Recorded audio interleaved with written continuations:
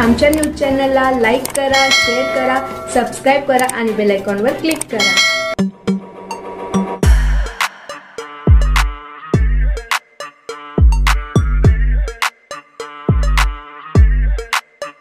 महाराष्ट्राचे उपमुख्यमंत्री अजितदादा पवार मालेगावात. मंत्री दादाजी भुसे, राष्ट्रवादी युवक काँग्रेस व भाजपतर्फे स्वागत.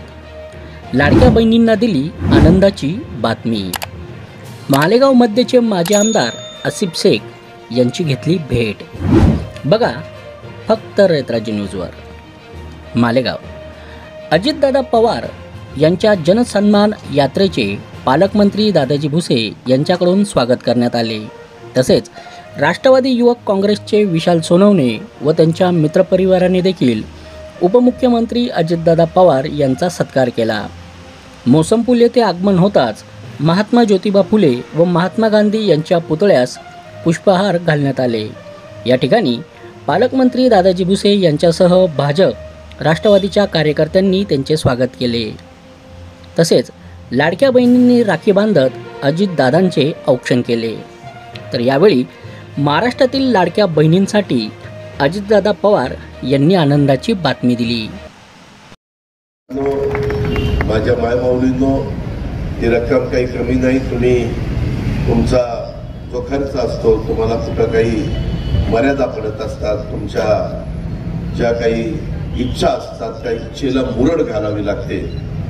त्याच्यातनं तुमच्या अकाउंट काही पैसे जाणार आहेत. उद्याच्या 17 तारखेलाच आम्ही भाऊबीज 19 तारखेला आहे आणि 17 तारखेलाच जुलै आणि ऑगस्टचे ज्या महिला लाभार्थी म्हणून त्यांचा विचार केला गेला आहे, त्यांची निवड केली गेली, त्यांच्या अकाउंटला उद्याच्या 17 तारखेलाच प्रत्येकी 3,000 रुपये हे त्या ठिकाणी देण्याचं काम देखील आम्ही करणार आहोत.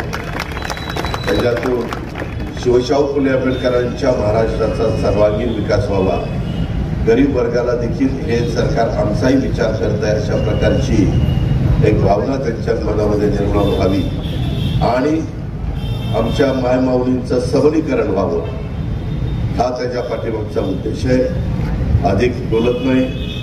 पुढं ज्यावेळेस सभांच्या निमित्ताने येईल त्यावेळेस जरूर सगळे विस्तृतपणे सरकारने केलेल्या कामाच्या बद्दल, सरकारने घेतलेल्या योजनांच्या बद्दल आणि एकंदरीत महाराष्ट्राच्या पुढच्या भावी वाटचालीबद्दल विस्तृतपणे आम्ही सगळेजण महायुतीच्या वतीनं आपल्याला सांगूच.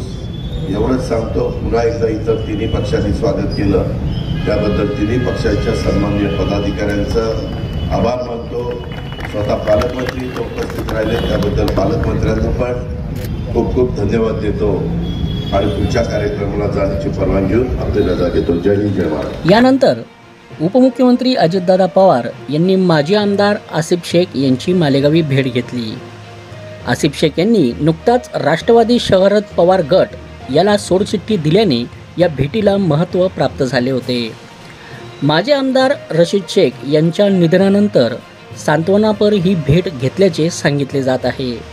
आसिफ शेख हे मालेगाव मध्यमधून अपक्ष उमेदवारी करण्याच्या त्यांच्या हालचाली सुरू आहेत. आसिफ शेख हे अजितदादा पवारांच्या गळाला लागतात का, हे बघणे महत्त्वाचे ठरेल.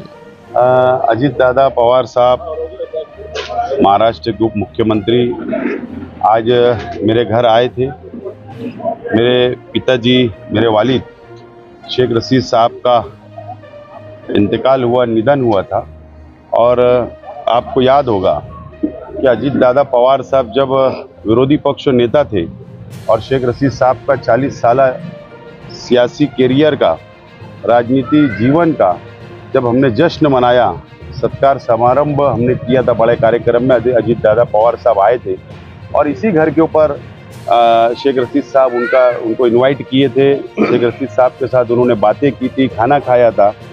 तो अजितदादा पवार साहब ने जैसा भी आपको कहा प्रेस में कि मेरा आना नहीं हुआ था मालेगांव, शेख रशीद साहब का निधन हुआ और इसके लिए वो धुलिया, नासिक से धुलिया जा रहे थे कार्यक्रम के लिए और इसके लिए उन्होंने यहाँ पर आधा घंटे का समय मेरे परिवार के साथ बिताया, हमको हिम्मत दी और उन्होंने शेख रशीद साहब के साथ का जो कामकाज का जो उनका शेख रशीद साहब का अनुभव रहा, उनका साथ में काम किया, उन्होंने हमको घर के अंदर फैमिली के अंदर बैठ के सब बताया है और हमको हिम्मत देने का काम किया। राष्ट्रवादी कांग्रेस पार्टी जब एकत्र थी पवार साहब के नेतृत्व में, अजीत दादा पवार साहब हमारे उस वक्त भी नेता थे और उस वक्त भी उप मुख्यमंत्री थे, जब भी उन्होंने मालेगांव के विकास के लिए बहुत काम किया। और अभी अजीत दादा पवार साहब और शरद पवार साहब जब अलग हो गए तो मैं शरद पवार साहब के साथ मैंने जाने का फैसला किया था और लोकसभा की निवडणूक हो गई, अब विधानसभा की निवडणूक सामने है और इसके लिए मैंने आप लोगों को पता है कि मैंने स्पष्ट ऐलान किया हूं प्रेस में कि मैं अपक्ष उम्मीदवार बोलकर इलेक्शन लड़ने वाला हूं। मुझे राष्ट्रवादी कांग्रेस पार्टी में जाने का ऐसा कोई विचार नहीं है। अभी तो कुछ समय हमारी बातचीत हुई, अजीत दादा कुछ बोले इसके लिए, आपने जब घोषित किया तो मैं अपक्ष उम्मीदवार करूंगा ऐसा, तो अजीत दादा से आपने नहीं, ये जो भेंट थी हमारे परिवार को भेंट शेख रशीद साहब का निधन हुआ, इसके लिए वो आज दार पे बैठने के लिए पुरसा देने आए थे, ऐसी कोई राजनीतिक बात नहीं हुई।